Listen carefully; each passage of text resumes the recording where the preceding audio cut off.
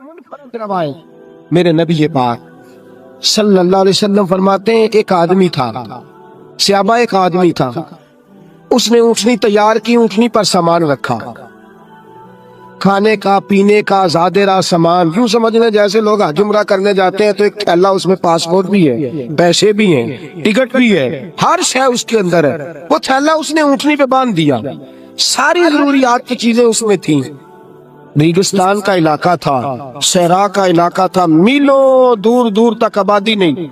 اس صحرا کے اندر وہ پہنچا، اونٹنی اپنی اس نے ایک شاخ کے ساتھ باندھ دی اور خود وہ ایک درخت کے نیچے آرام کرنے لگا۔ نبی پاک صلی اللہ تعالی علیہ وسلم فرماتے ہیں وہ سو گیا، اس کی آنکھ لگ گئی تو اونٹنی نہ، وہ چونکہ شاخ سے بندھی ہوئی تھی، وہ شاخ اس کی ٹوٹ گئی، اونٹنی نکل گئی۔ حضور فرماتے ہیں اس کی آنکھ کھل گئی، اب وہ صحرا میں دوڑنے لگا، پانی بھی کوئی نہیں، کھانا بھی کوئی نہیں، پینا بھی کوئی نہیں، پیسہ بھی کوئی نہیں، اور سب سے بڑی بات یہ ہے کہ صحرا سے نکلنے کا راستہ بھی، پیدل وہ صحرا سے نکل سکتا بھی۔ حضور فرماتے ہیں ادھر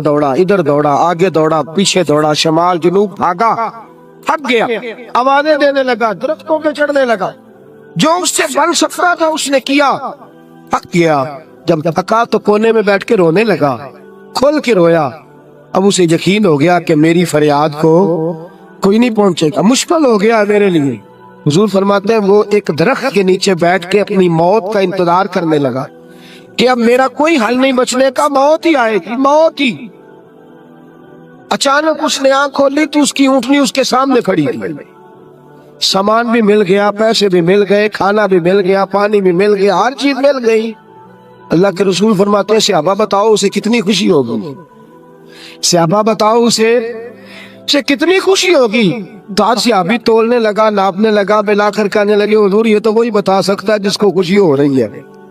ہم تو اندازہ کر سکتے ہیں، پیمانہ رکھ سکتے ہیں، لیکن ہم اس کی خوشی تک پہنچ سکتے۔ میرے نبی کریم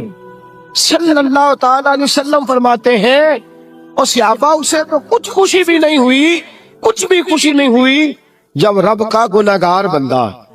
جو کبھی مسجد نہیں آیا، نے کبھی نماز نہیں پڑھی، جو کبھی اس کے حضور حاضر نہیں ہوا، اسے کبھی سجدے کی توفیق نہیں ملی، جس نے کبھی بسم اللہ شریف بھی نہیں پڑھی، فرمایا جب وہ آتا ہے نا پلٹ کے مسجد میں، مسجد نمازیوں سے کھچا کھچ بھری ہے، حاجیوں سے بھری ہوئی ہے، ساجدوں اور عابدوں سے بھری ہوئی ہے، لیکن جب وہ گناہگار آ کے سجدہ کرتا ہے تو فرمایا خدا کو اس صحرا میں پھنسے ہوئے اس مسافر سے بھی زیادہ خوشی حاصل ہوتی ہے، اللہ کو اس سے بھی زیادہ۔ اور کنز المال کی حدیث سنیں گے تو اور خوش ہو جائیں گے کہ توبہ کرنے والے کی خوشی کی۔ میرے نبی پاک صلی اللہ علیہ وسلم فرماتے ہیں ایک شخص تھا، دنیا داری کرتا تھا، بڑا مال، بڑی جائیدادیں، بڑا ڈیرا، بڑا کھانا پینا، بڑا آنا جانا لوگوں کا، بڑے پیسے۔ اچانک حالات کسی وجہ سے بدل گئے، کچھ ایسے معاملات ہو گئے کہ اس کا کاروبار ٹھپ ہو گیا، زمینیں بک گئی، جائیدادیں اجڑ گئیں، کیونکہ وہ بھی اللہ کی نافرمانی میں مبتلا تھا تو ہر چیز ضائع ہو گئی۔ نبی پاک صلی اللہ علیہ وسلم فرماتے ہیں جب ہر چیز اس کی چلی گئی نا، وہ کبھی مسجد نہیں آیا تھا، بنی اسرائیل کا شخص تھا تو کبھی وہ اللہ تبارک و تعالیٰ کے بارگاہ میں حاضر نہیں ہوا۔ اب جب سب کچھ چلا گیا نا، کوئی وہ دوست سجن جو پہلے بڑے قریب تھے وہ آہستہ آہستہ پیچھے ہٹنے لگے، 2-4 دن تو ادھارے پیسے دیے، پھر اس کے بعد کہنے لگے کہ تو بھکاری ہو گیا ہے، بھکاری، وہ تیری آنکھ یا سنگ ملامت کی چبھن کون پہنچا ہے میرے درد کی گہرائی تک،